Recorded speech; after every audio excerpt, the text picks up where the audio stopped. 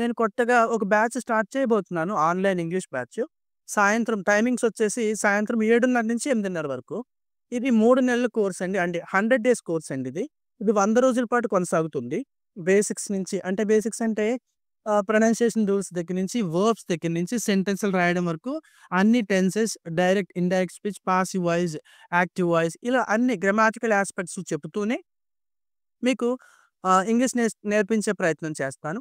ఈ ఈ బ్యాచ్ ఎప్పుడు స్టార్ట్ అవుతుందంటే, ఈ నెల 22వ తారీఖు అంటే 2025వ సంవత్సరము జాన్యువరి 22ని స్టార్ట్ అవుద్దండి. టైమింగ్స్ వచ్చేసి సాయంత్రం 7:30 నుంచి 8:30 వరకు.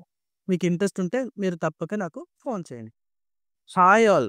This is Nagarjuna. Welcome to my channel. ఎప్పట్లాగే ఇక్కడ కొన్ని వర్బ్స్ రాసామండి. ఇవన్నీ కూడా అడగడం గురించి, చెప్పడం గురించి. ప్రశ్నించడం. అడగటంలో రకరకాలుగా ఎలాగ అడిగితే ఏంటి? వినమ్రంగా అడిగితే ఏంటి? సీరియస్‌గా అడిగితే ఏంటి? మళ్ళీ మళ్ళీ అడిగితే ఏంటి? ఇలా రకరకాలున్నాయండి. వాటిని చూద్దాం. అందులో మొదటిది ask. ASK. Ask, asked, ask. ఎలా చదవాలండి? ఏఎస్‌కేఈడీని. ఇది కాతో ఎండ్ అయిందండి. ఎప్పుడైనా కా శబ్దంతో ఎండ్ అయితే తర్వాత ఈడీని టాలా చెప్తాం. L O O K look. L O O K E D look. C O O K cook. C O O K E D cooked. L I K E liked. L I K E K E D liked. Ask asked. Look looked. Cook cooked. Walked. W A L K walk walk. T A L K talk talk talk. అందరూ టాక్ అంటారు. టాక్ కాదండి చోక్. అది ఎల్ కూడా సైలెంట్ లెటర్. ఎల్ కూడా silent అయిపోతుంది. టీఏఎల్‌కేలో L silent లెటర్‌గా ఉంది ఇక్కడ. ఓకేనా. Coming to the point here the first verb is here A S K. Ask asked asked. ఎలా చదవాలండి? ఆస్క్డ్ అడగటం. హి asked about her family. He asked he asked about her family. తన కుటుంబ నేపథ్యం గురించి అడిగాడండి అతన్ని. అతను తన కుటుంబం గురించి అడిగాడు. The interviewer asked me several questions in the interview. ఇంటర్వ్యూలో ఇంటర్వ్యూవర్ నన్ను చాలా ప్రశ్నలు అడిగాడు. ఇంటర్వ్యూ చేసేవాడిని ఇంటర్వ్యూవర్ అంటామండి. ఇంటర్వ్యూ ఎదుర్కొనే వాళ్ళని ఇంటర్వ్యూవీ అంటారండి. ట్రైనింగ్ ఇచ్చేవాళ్ళని ట్రైనా అంటారు. ట్రైనింగ్ తీసుకునేవాడిని ట్రైనీ అంటారండి. Okay. Coming to the point here first one is asked. He asked me, he asked about her family details. The interviewer asked me several questions in the interview. రెండో word వచ్చేసి seek. Sort. వినమ్రంగా, హంబుల్‌గా ఏదైనా అడగటాన్ని seek, sort అంటారండి. సాధారణంగా ఇది letter writing ఇలా return ఇంగ్లీష్‌లో కనిపిస్తుంది ఈ రెండో పదం. The father is seeking custody of his children in the court. తన పిల్లల్ని తన దగ్గర ఉంచుకోవాలని అనుకుంటున్నాడు ఆ తండ్రి. దానికోసం అడిగాడది. కోరి అడగడాన్ని, వినమ్రంగా అడగడాన్ని, అధికారికంగా అడగడాన్ని, మర్యాదపూర్వకంగా అడగడాన్ని సీక్, సోట్ అంటారండి. They sought alternative routes to reach their destination in the bad weather. వాతావరణ పరిస్థితులు బాగోకపోవడం వల్ల వేరే ఆల్టర్నేటివ్ రూట్స్ ఏవైతే ఉన్నాయో వాటి కోసం అడిగారంటండి. కోరారట. They sought alternative routes to reach their destination in the bad weather. ఇదండి. I seek your permission to grant me 2 days of leave. నాకు 2 రోజుల పాటు లీవ్ గ్రాంట్ చేయడం కోసం నేను కోరుతున్నాను, అడుగుతున్నాను. ఇలా లెటర్ రైటింగ్‌లో చూపిస్తారండి. కనిపిస్తది ఈ వర్డ్. సీక్, సోట్ అనే పదం. మామూలుగా స్పోకెన్ ఇంగ్లీష్‌లో మాట్లాడేటప్పుడు ఆస్క్డ్ అంటాం. తర్వాత మూడో పదం చూడండి. రిక్వెస్టెడ్. మీరు జాగ్రత్తగా గమనిస్తే టీఈడీ వచ్చిందండి ఈ వర్డ్‌లో చూడండి. ఎప్పుడైనా ఇంగ్లీష్ వర్డ్ ఎండింగ్‌లో టీఈడీ వస్తే దాన్ని ఎలా చదవాలి? టీఐడీగా చదవాలి. టెడ్ అని రాసి టిడ్ అని చదవాలి. Wanted. Haunted. navigated. frustrated.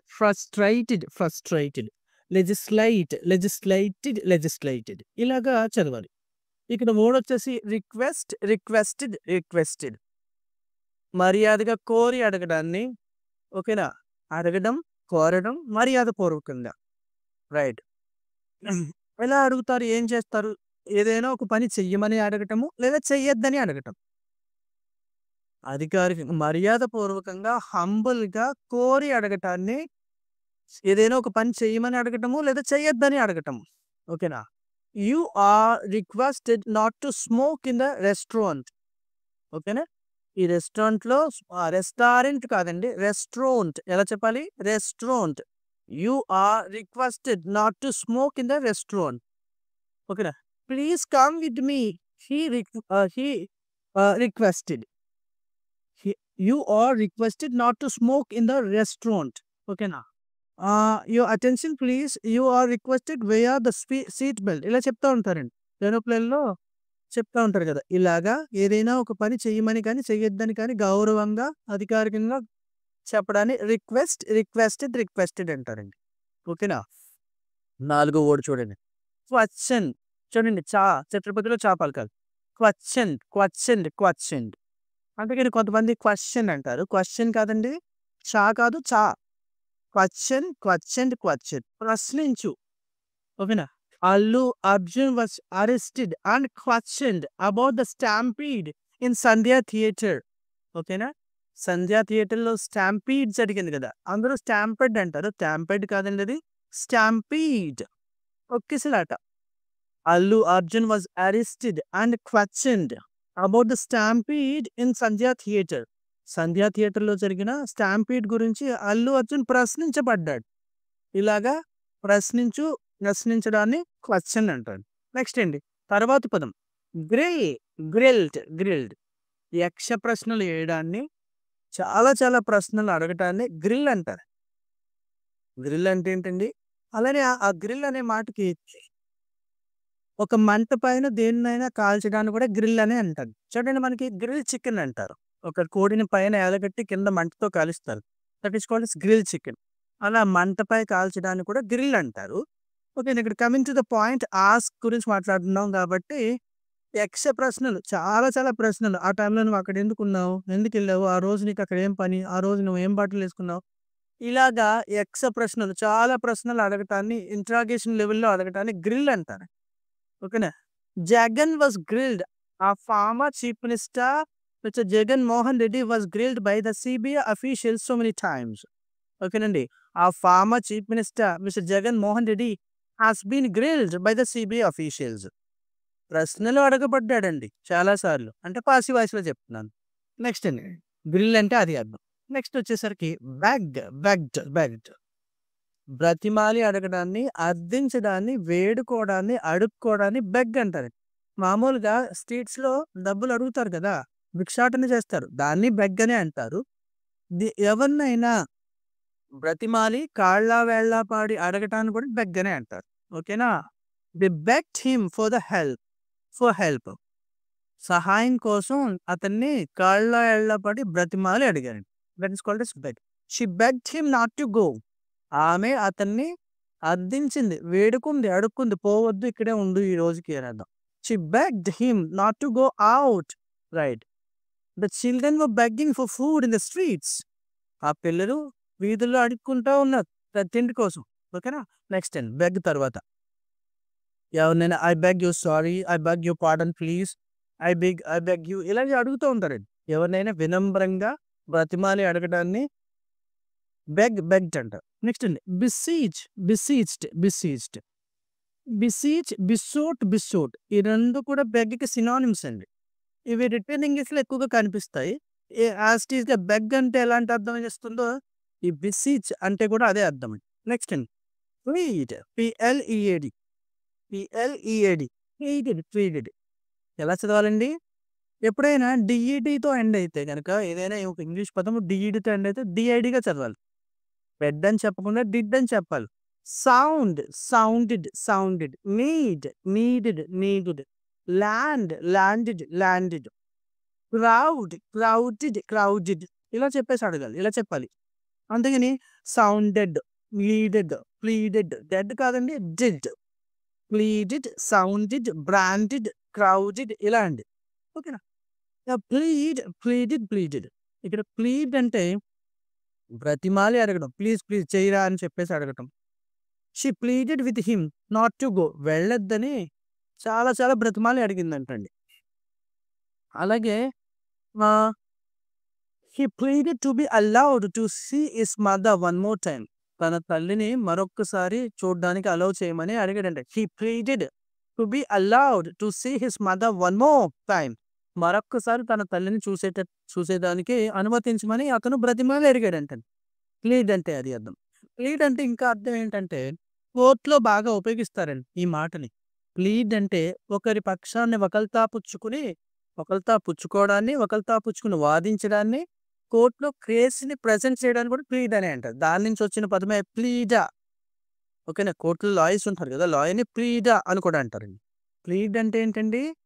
To take a case on behalf of somebody in a court and to argue on behalf of somebody. To argue in a court on behalf of somebody is called as plead. Right.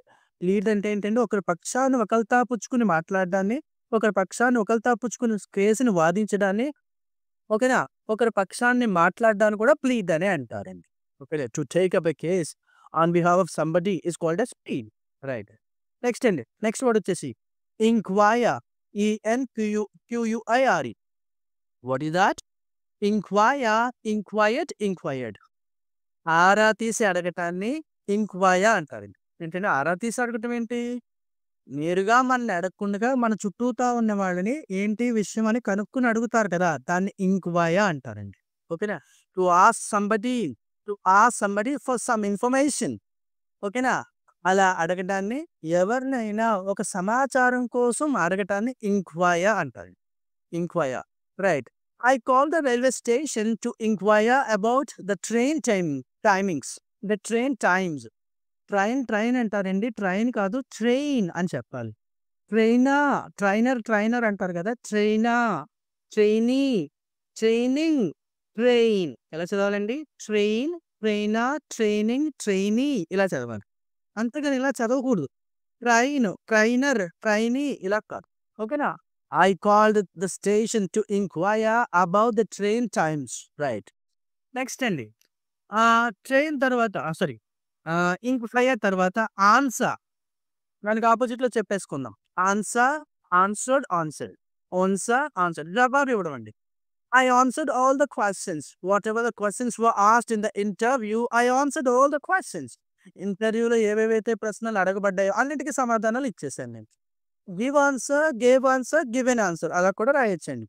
Next replied. జవాబు ఇవ్వడాన్ని reply అంటారు. Gave reply, given reply అలా కూడా అనొచ్చండి. ఓకేనా. Finally చూడండి ఇక్కడ ఇవాళ ఏం చూసామండి? అడుగు, కోరు,